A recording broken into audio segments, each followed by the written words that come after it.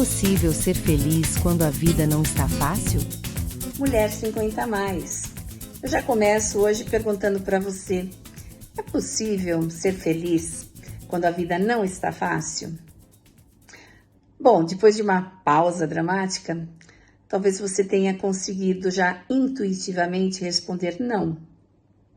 Mas daí o que eu tenho para dizer a você é o seguinte: se a gente for esperar a vida ficar mais fácil, talvez esse dia nunca chegue. Por quê? Porque, gente, os problemas, eles vão mudando com o passar do tempo, mas eles não somem, as preocupações não somem.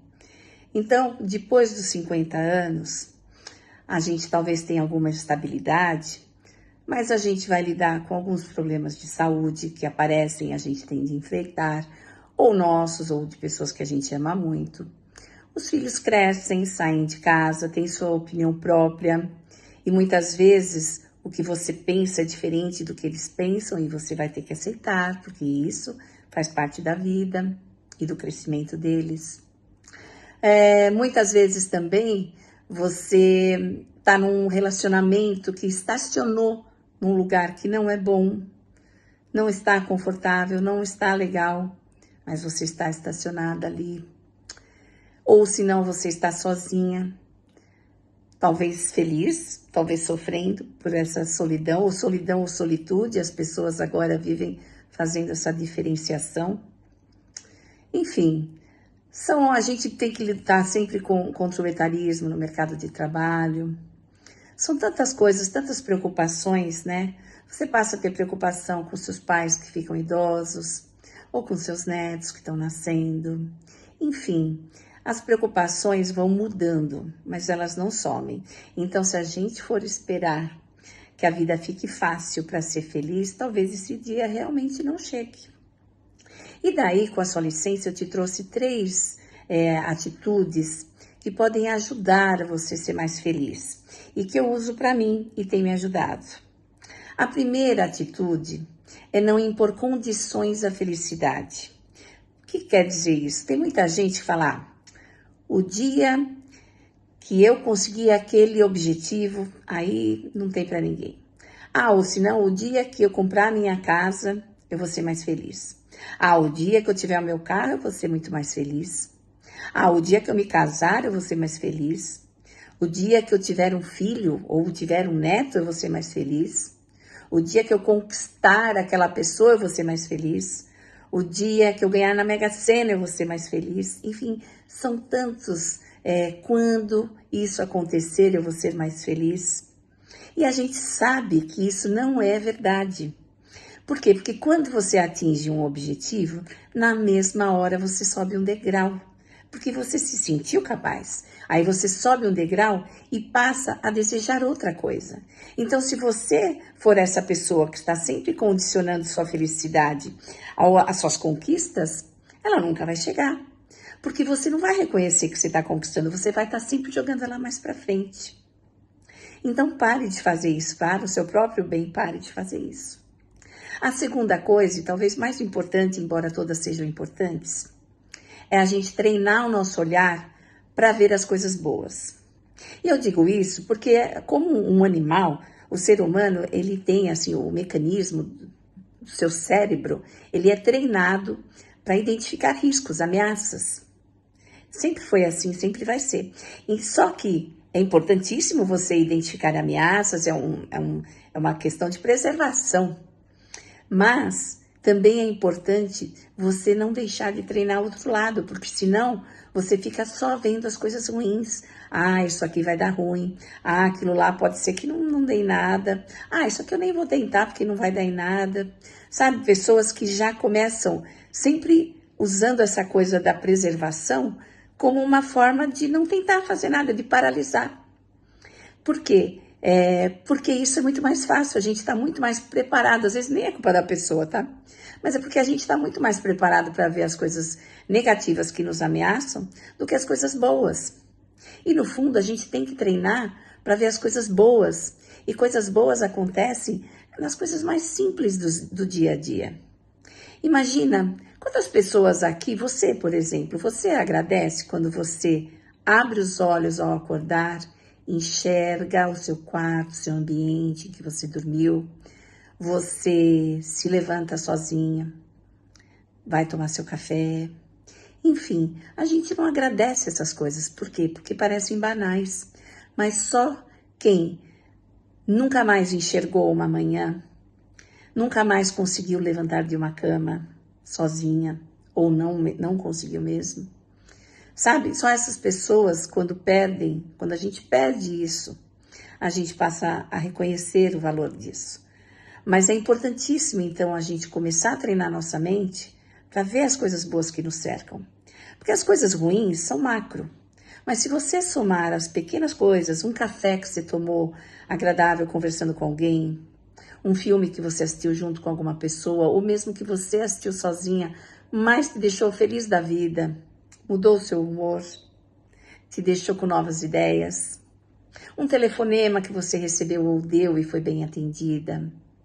Enfim, são tantas pequenas coisas que podem acontecer, um elogio que te deram no seu trabalho, uma nota boa na sua faculdade, se você estiver estudando, se você voltou para os estudos.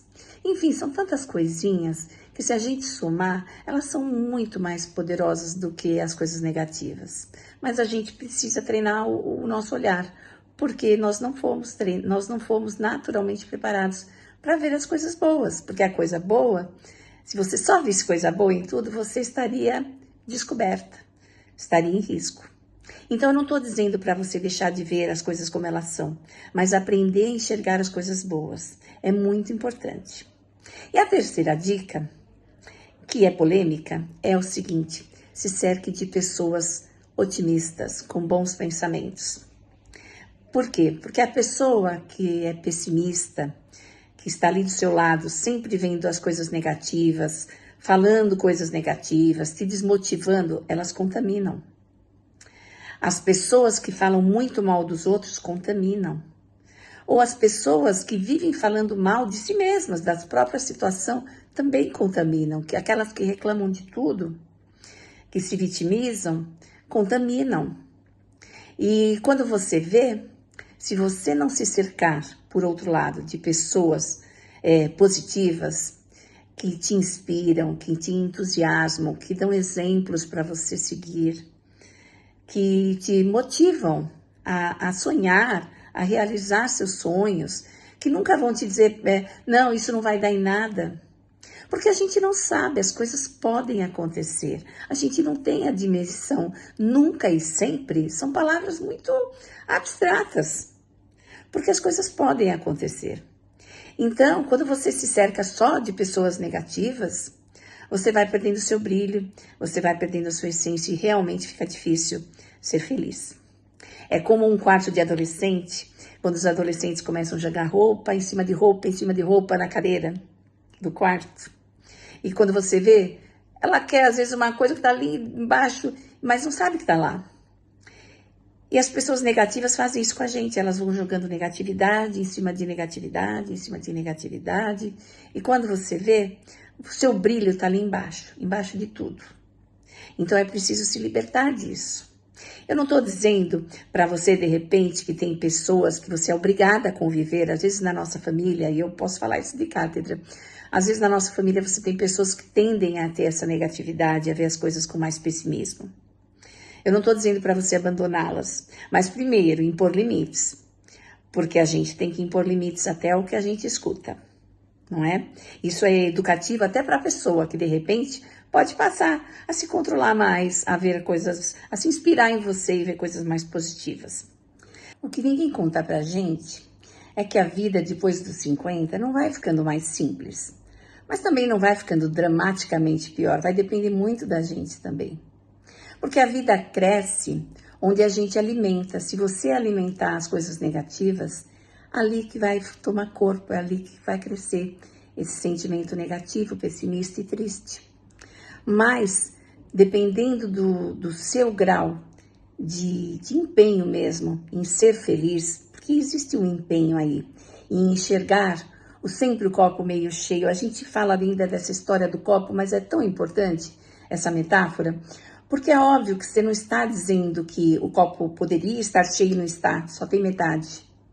Mas, gente, ele tem metade. E se você reconhecer essa metade, se for feliz com essa metade, você pode conseguir encher esse copo de novo. Enfim, gente, o que eu quero dizer é que a gente tem essa escolha de onde a gente coloca a nossa energia, os nossos pensamentos. Se é em coisas positivas, se é em coisas negativas. Isso não são as outras pessoas que vão te influenciar. Isso é você com você mesma. Então, procure alimentar na vida as coisas boas, os sentimentos bons, se cercar de pessoas boas. Não estou dizendo para você viver no mundo de Poliana em que os problemas não existem, ao contrário, nada disso. Mas você pode olhar e falar, está bem, essas são as limitações, esse é essas são as minhas imperfeições, esse é o meu quadro, não é dos melhores, mas eu escolho viver isso da melhor forma possível. Então é uma questão de escolha. E eu espero realmente que você escolha viver a sua vida da melhor forma possível. Porque, gente, uma coisa eu quero deixar para vocês aqui. Felicidade é não deixar que os problemas deem a última palavra na sua vida. Isso é felicidade. Pelo menos para mim, e eu percebo que é importante passar isso para vocês. Felicidade é não deixar que os problemas deem a última palavra. Não. Pegue você as rédeas da sua vida e seja feliz.